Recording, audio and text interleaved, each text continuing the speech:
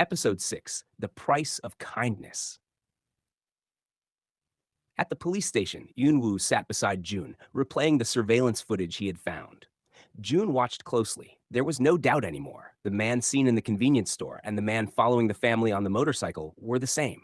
They brought the footage to the sheriff. An emergency meeting was called. All units gathered as the images were projected onto the wall. One officer reported that the DNA tests were complete. None of the 10 detained suspects matched the semen found at the crime scenes. The investigation was officially expanded to include individuals from powerful and wealthy backgrounds, among them the eldest son of Chairman Do. Eun Woo stared at the list of names and faces. One face froze him. Jae, eldest son of Chairman Do. Something about him felt wrong. The height matched. Certain features didn't, but the resemblance was unsettling. And Eun Woo remembered clearly. The spoiled teenager he had arrested days ago for speeding was Jun-tae's younger brother.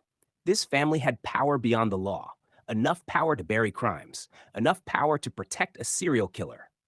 Eun Woo shared his suspicions with Jun. Jun frowned. We can't jump to conclusions. We need solid proof. Nearby, the sheriff received a phone call. Chairman Do. The message was clear. Jun-tae's name was not to appear in the media. The family's reputation had to be protected. The chairman also demanded Eun Woo's removal from the case, accusing him of harassing both of his sons. Then came the offer. Money.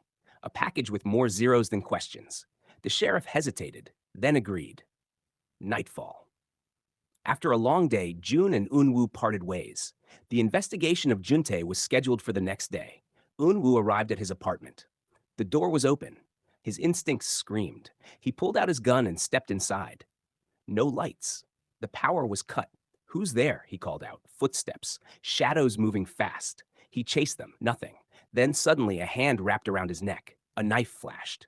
The attacker was strong, ruthless. They crashed into furniture, fists and blades colliding in brutal silence.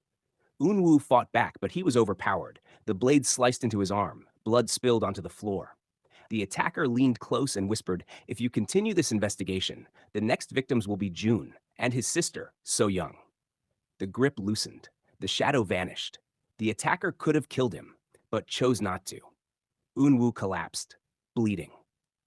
Meanwhile, at the police station, Jun-tae arrived with his father, surrounded by bodyguards. Jun-tae was placed in the interrogation room. A lie detector was attached. A senior officer questioned him calmly. His answers were flawless. During So Young's murder, Jun-tae was on vacation in Jeju with his younger brother and friends. During the massacre of Shiwang's family, he was hosting an extravagant birthday party, confirmed by dozens of witnesses.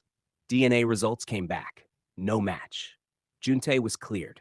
He stood up with a satisfied smile and left the room. Chairman Do exchanged a calm, approving glance with the sheriff. As they exited, they crossed paths with Jun and Eun Woo.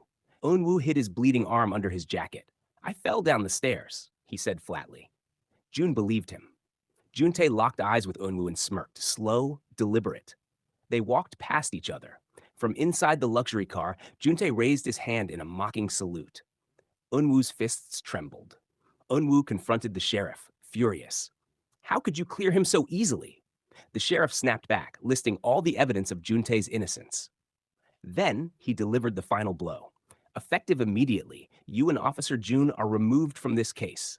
You'll return to traffic duty, where you belong." Eun Woo said nothing. His stare said everything.